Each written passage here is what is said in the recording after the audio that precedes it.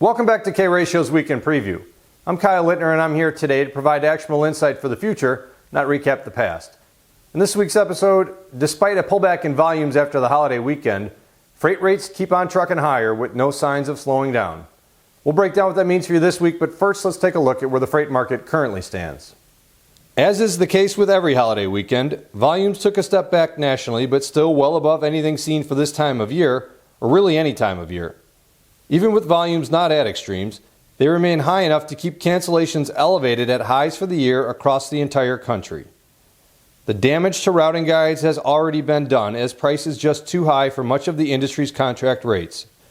National tender rejections now rest above 26%, with each of the nation's largest markets by volume, LA, Chicago, Atlanta, Dallas, and Harrisburg, now above 20% as the market continues its price discovery mission. On the topic of price, as reported by Truckstop, the national average rate per mile hit a new all-time high of $2.89 a mile, 13 cents higher since last week alone. We've said this before, but it's worthy of repeating. Both volumes and cancellations can moderate from current lofty levels, and price will continue to move higher as carriers are fully in charge of the supply and demand equilibrium. Avid K-Ratio followers know that we've attributed much of this year's rally to the surge in imported goods to U.S. West Coast ports, primarily LA, before beginning to work their way throughout the domestic supply chain. This has put LA in the driver's seat for which direction both volume and rates head nationally, and that relationship is about to get tested, though it might not matter much. For the past 2 weeks, we've noted the drop in outbound LA volume contrasted with still climbing rates nationally. This recent trend looks to continue as the amount of imported goods coming into LA in blue, though still high, is returning to more normal levels like those seen in 2019 in orange. This is the unexpected U.S. consumer demand we've seen during the reshaping of our new COVID economy. And this has kept outbound LA rates flat, but at the plateau of all-time highs like we see here in LA to Dallas for the past 2 weeks. There is no new volume to force a reprice in business higher, but because routing guides have been obliterated and contract rates on lanes given back en masse, rates are not dropping. Further cementing this situation is the contract business that has undergone a price reset, which moves the floor and spot prices higher along with it. Until the balance of supply and demand tips fully into the shipper's favor, this dynamic will not end.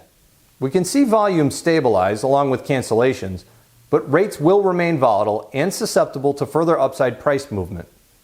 There are not more trucks just around the corner, so until that time comes, any new business, which in freight means spot loads, will be repriced with carriers holding the upper hand. But speaking of just around the corner, Maritime Prices for a 40-foot container shipping from China to the U.S. West Coast just surged to prices 43% higher than the previous peak seen in the tariff pull forward of 2018.